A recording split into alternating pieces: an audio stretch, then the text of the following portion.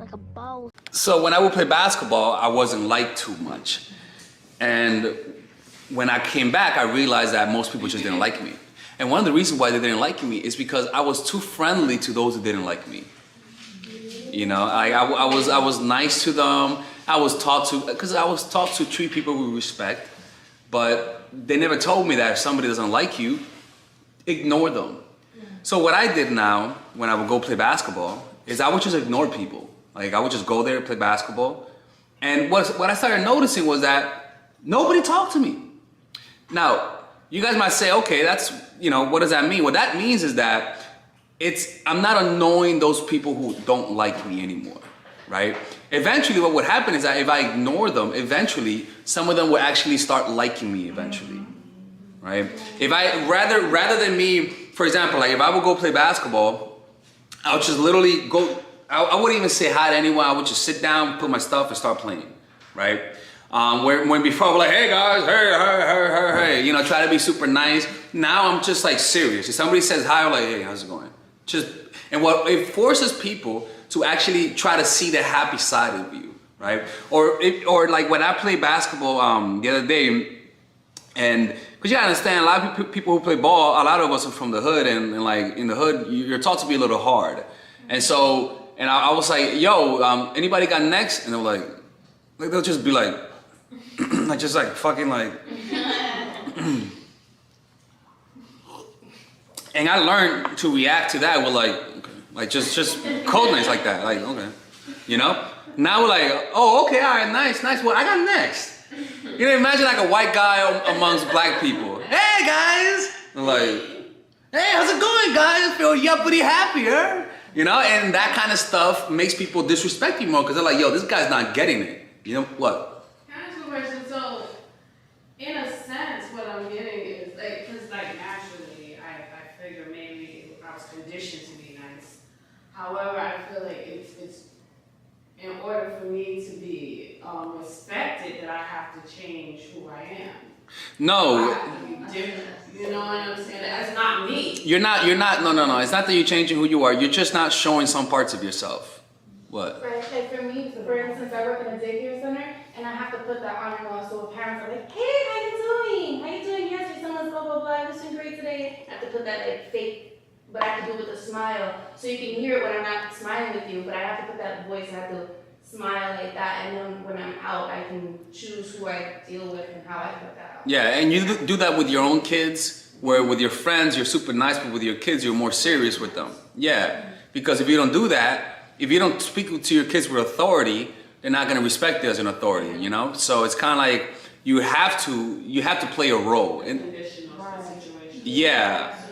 You know, you have to train yourself to be different from like your natural self. Because I feel what you're saying. Because I'm normally a nice person, but like you said, growing up in the hood, you gotta kind of be different. Yeah. You know what I'm saying, based on your cultural surroundings. You gotta learn how to act.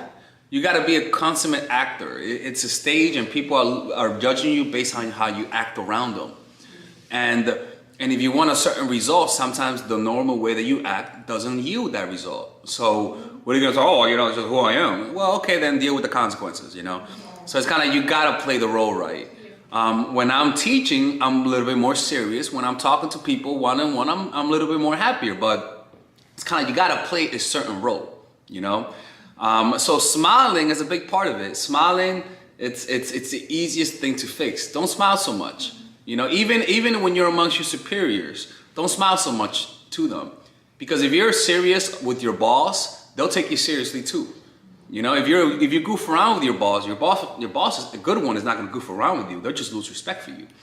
You know, you just gotta be serious with them so that they can recognize it because they're serious, and they're like, okay, if I'm serious, he's serious, then you know we have a lot in common.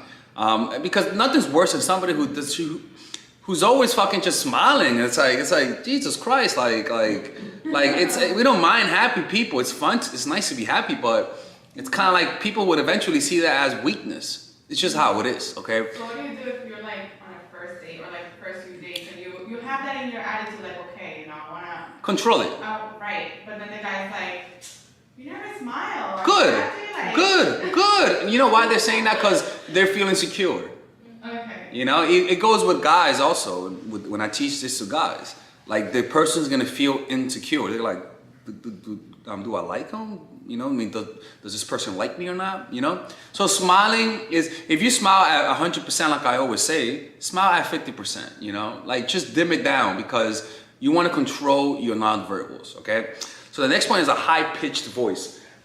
You know, like, oh my God, you know, like that fucking bullshit, right? Like you gotta control that pitch. You know, you gotta speak more from the pit of your stomach. Like learn to speak more relaxed, you know, like not talking to a baby. Like if you talk to a dog like that, like, hey little doggy, oh hey, they'll get excited and they'll lose control. You know, you gotta, hey, how's it going? Like talk with more authority. Sit down. They're like, hey, can you sit? No, sit.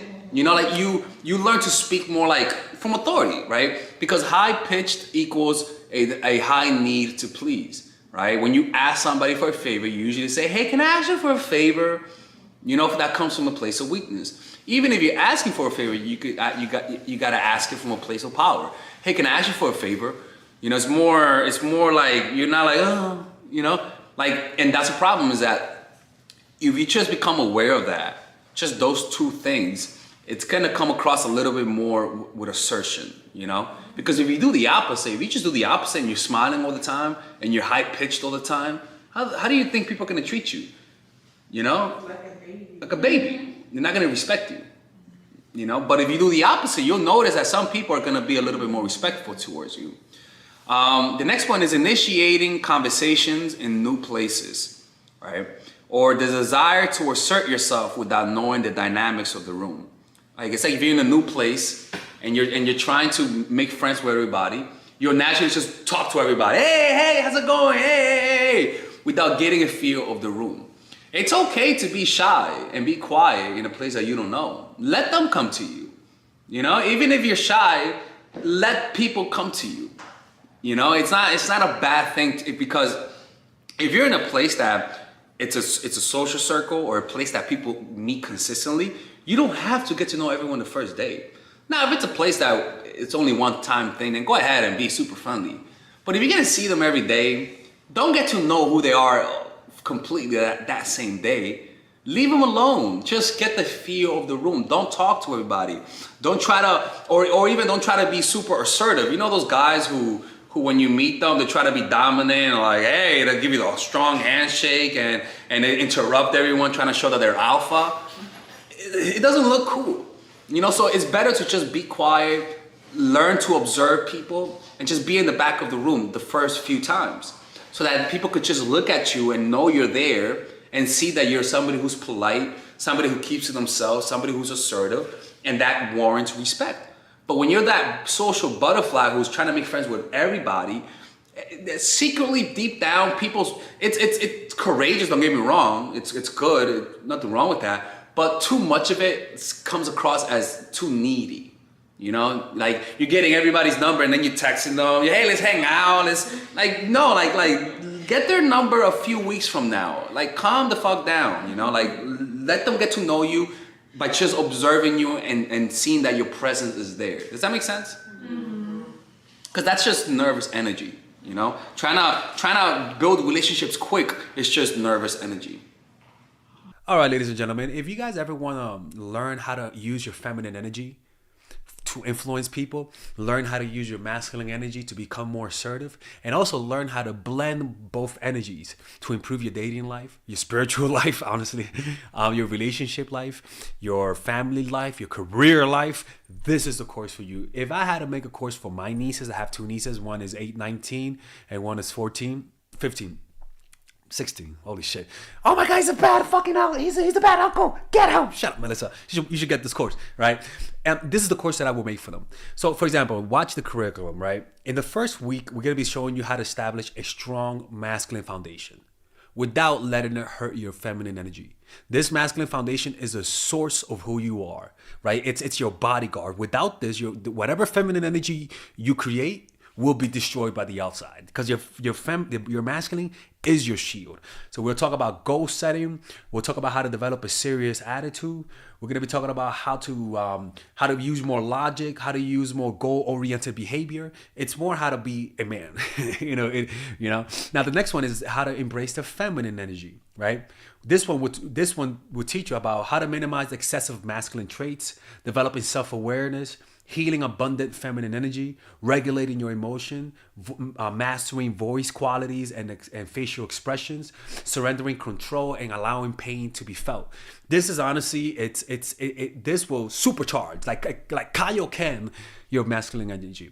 After that, we have femininity in the workplace, and how to be feminine in the workplace without letting people take advantage of you, and the nuances of how women of power should behave versus women who are subordinates in the workplace, and even the dress code. This is based on psychology, people. It's kind of insane. I'm actually excited about this one. The next week, we talk about navigating the labyrinth of male and female friendship, and this a lot of women find confusing, so we talk about that.